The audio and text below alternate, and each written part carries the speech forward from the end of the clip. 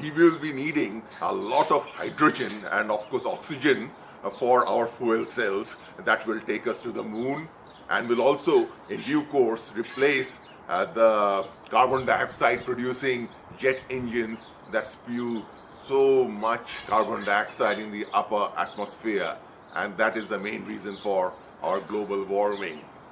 Well, so much hydrogen can be got from the seas and the lakes and the swamps, and they will never be lost. The hydrogen is getting converted to water, and the water is again being converted to hydrogen using renewable sources or even fossil fuel sources or nuclear sources.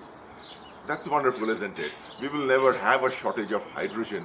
But today hydrogen is expensive, and the way to get it cheaply and forever is when we will use my patented invention, the hydrogen transmission network.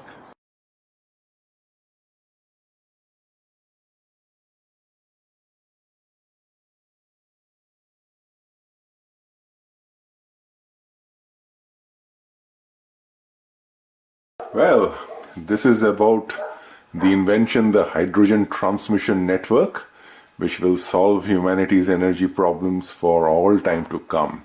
Now that may seem like a very outrageous statement, but let's see how we can actually do it. Let's say that we put solar cells on roofs of people's houses or special solar farms.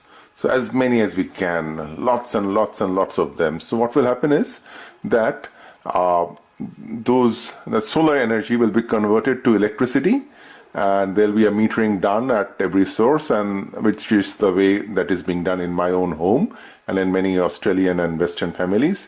So all this electric power will go straight to the electricity grid after getting, of course, consumed locally for whatever. So because we're having plenty of solar cells, there'll be a surplus going to the electricity grid. Now other renewables energy sources will also go to the electricity grid. Then there could be fossil fuels like coal. They will go to thermal plants, and from there will be electricity generated. So the electricity grid is there, it will be there, and we could have electric cars going from them and all sorts of industries. That's fine. But if we put more and more of these renewables over there, we'll have a surplus electricity.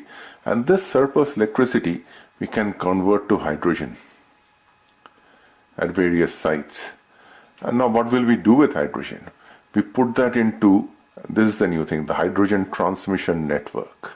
It is a system of lossless steel pipes to carry pressurized hydrogen gas using buffers for storage and compressors to maintain pressure, like a normal gas piping. So let's assume that we have this all over the world. We start off locally with our own local hydrogen plant generation from here, and then slowly we join them all together like the telephone companies did. So we have trunk lines and all that going after we have the local network going. So like that, all over the world there is a hydrogen transmission network which is carrying hydrogen to everyone. So that way we will get plenty of hydrogen cheaply, and that is just what we want for a number of purposes. Like we can make fertilizer, we can run cars and buses and boats, and then at home we can use in distant places not covered by the electricity grid. We can use fuel cells to convert hydrogen to electricity, or at a bigger scale we could even have a hydrogen steam turbine, and then that is for remote areas. And then and then another thing is that we could have chemical plants to convert fossil fuels direct to hydrogen, and then we have biological farms to produce hydrogen from waste matter, and they could also go to the hydrogen transmission network. So this invention, which is patented by myself, has the scope of converting all the renewable energies, solar and wind, turbo, wind, hydro, geothermal, tidal, everything, to hydrogen, and this supply will never end.